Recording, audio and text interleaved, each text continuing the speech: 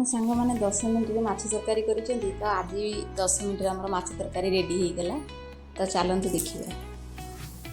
Hello ସାଙ୍ଗମାନେ, ପୁଣି ଗୋଟେ ମୋର ନୂଆ ରେସିପି କି ଆପଣମାନଙ୍କୁ ସ୍ୱାଗତ। ତ ଚାଲନ୍ତୁ ଆଜି ଦେଖିବା ଭାକୁର ମାଛର ଝୋଳ। ତ ଝୋଳ କହିଲେ ବେସର ବି କହିଲେ ଚଳିବ। ତ ମାତ୍ର 10-15 ମିନିଟରେ ରେଡ଼ି। ତ ମୁଁ କରିନାହିଁ, ମୋ ପତିଦେବ ଆଜି କରିଛନ୍ତି। କାହିଁକି ନା ଆଜି ଆମର ଗୋଟେ ଭୋଜି ଥିଲା। ତ ମୁଁ ଭାବିଲି ଭୋଜି ଅଛି ଯେହେତୁ ତ ଖରାବେଳେ ସେମିତି ଭାତ ରୋଷେଇ କରିଦେଇଥିଲି। ତ ଭାବିଲି ଆଜି ସଜ ପଖାଳ ଭାତରେ ମାଛ ଭଜା ଆଉ ଆଳୁ ଭର୍ତ୍ତା ଖାଇଦେବା ବୋଲି। ଭୋଜି ଅଛି ତ 4ଟା ବେଳକୁ ଯିବା। ତ ଏମିତି ଭାବିକି ମୁଁ ଆଳୁ ସିଝେଇ ଦେଇଥିଲି, ମାଛ ବି ଛାଣି ରଖିଦେଇଥିଲି ସଜ ପଖାଳ ଖାଇବା ପାଇଁ।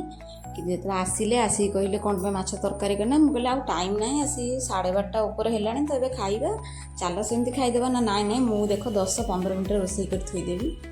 ତ ସେ ସାଙ୍ଗେ ସାଙ୍ଗେ ଆସିକି ଗୋଟେ ବେସର କଲେ। ମୁଁ ତାଙ୍କୁ ପଚାରିଲି ଏଇଟା କ'ଣ ନା, ଏଇଟା ଧଳା ସୋରିଷ ଆଉ ରସୁଣ ଅଦା କିଛି ଆଉ ପିଆଜ ଗୋଟେ, ଏତିକି ଆଉ ସେତିକି କଲେ। ତାପରେ ଯେଉଁ ତେଲ ଥିଲା ମାଛ ଛଣା ହେଇଥିଲା ସେଇ ତେଲରେ ତେଜପତ୍ର ଗୋଟେ ଛିଡ଼େଇ ପକାଇ, ଶୁଖିଲା ଲଙ୍କା ଅଦା କ'ଣ ଟିକ୍ ଟିକ୍ କରି କାଟି ପକାଇଦେଲେ।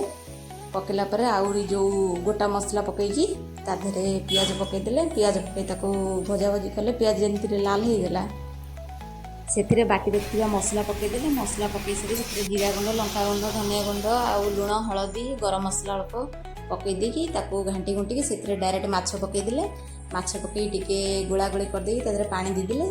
ପାଣି ଯେଉଁ ଆଳୁଟା ମୁଁ ସିଝେଇକି ରଖିଥିଲି ଆଳୁ ଭର୍ତ୍ତା କରିବା ପାଇଁ, ତ ସେଇ ଆଳୁଟା କାଟିକି ପକାଇ ଦେଇକି ତାକୁ ବାସ୍ ଟିକେ ପାଣି ଦେଇ ଘୋଡ଼ାଘୋଡ଼ି କରିଦେଲେ। ବାସ୍ ସରିଲା, ହେଇଗଲା ଆମର ମାଛ ତରକାରୀ। ତ ଯେତେବେଳେ ଟାଇମ୍ ଆପଣମାନଙ୍କୁ କମ୍ ଥିବ ତ ଏମିତି ମାଛ ତରକାରୀ ବନେଇ ଖାଆନ୍ତୁ, ଟେଷ୍ଟ ଲାଗିବ ଆଉ କମ୍ ଟାଇମ୍ରେ ବି ହେଇଯିବ। ତ କେମିତି ଲାଗିଲା କରିକି ଖାଆନ୍ତୁ, ତାପରେ ଆପଣମାନେ